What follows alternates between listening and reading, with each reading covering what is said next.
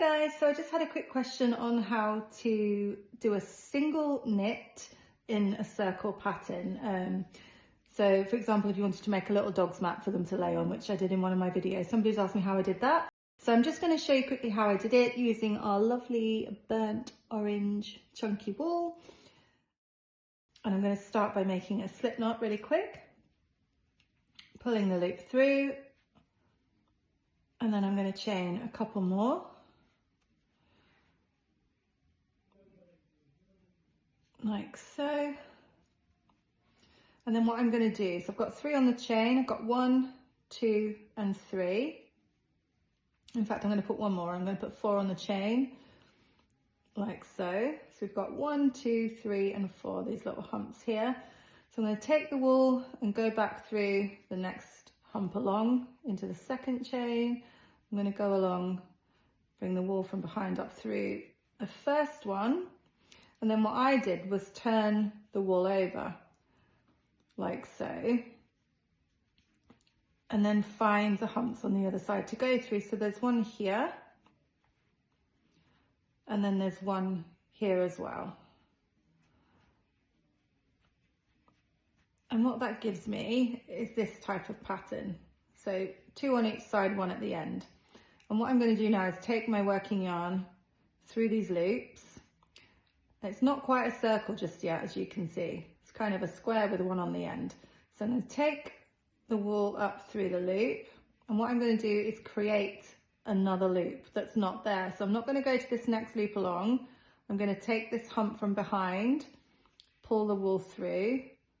So instead of those 2 now, I've got 3. And as we go around, we've already got 1 there. I'm going to pop another one through here. So the next one along from the loops is here. So you're kind of just going around and seeing where you can add a loop to make it a circle. So there you can see I've got a pretty nice circle pattern. Once I've got my circle loops, I then start knitting. So bringing the wool up through each loop on the way around. Go through here. Some of these can be a bit tight sometimes, so keep going through like so.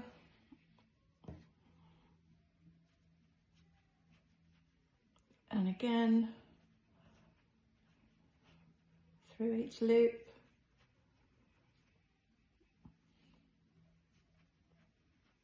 And then what you're doing is you're going round, pulling up through each loop, is you're just building the width. The circle size is getting bigger.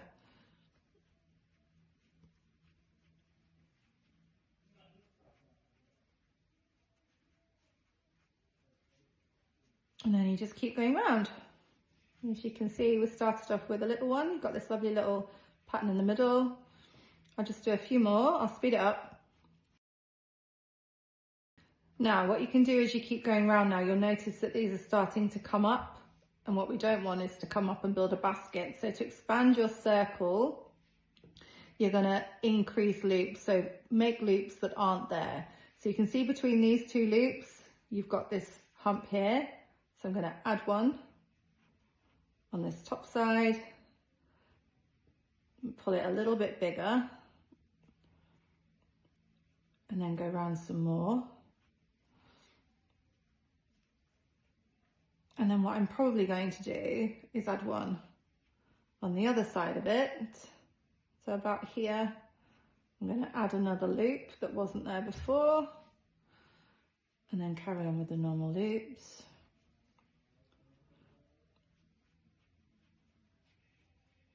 And then I'm going to do the same again here where there's a really large gap. Add another loop and keep going round. And here there's another really large gap. So I'm going to add another loop here. So we just keep going round and expanding the circle as we go.